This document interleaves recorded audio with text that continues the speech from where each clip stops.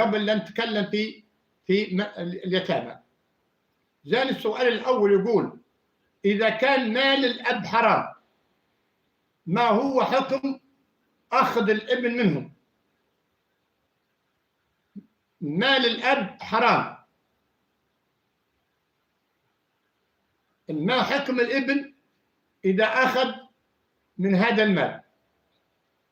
هذا الموضوع ينقسم إلى جزئين. الجزء الأول: الابن يكون يعلم بأن مال أبيه حرام، فهو حرام عليه، فيتخلص منهم ويبدأ هو حياته بالخير والصلاح والحلال، والله سبحانه وتعالى واسع عليم.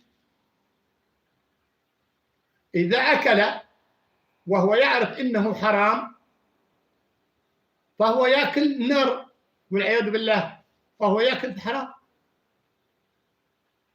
وإذا تزوج وجاب أولاد يطلع أولاد حرام، لأن ابن ليس من الزنا بس.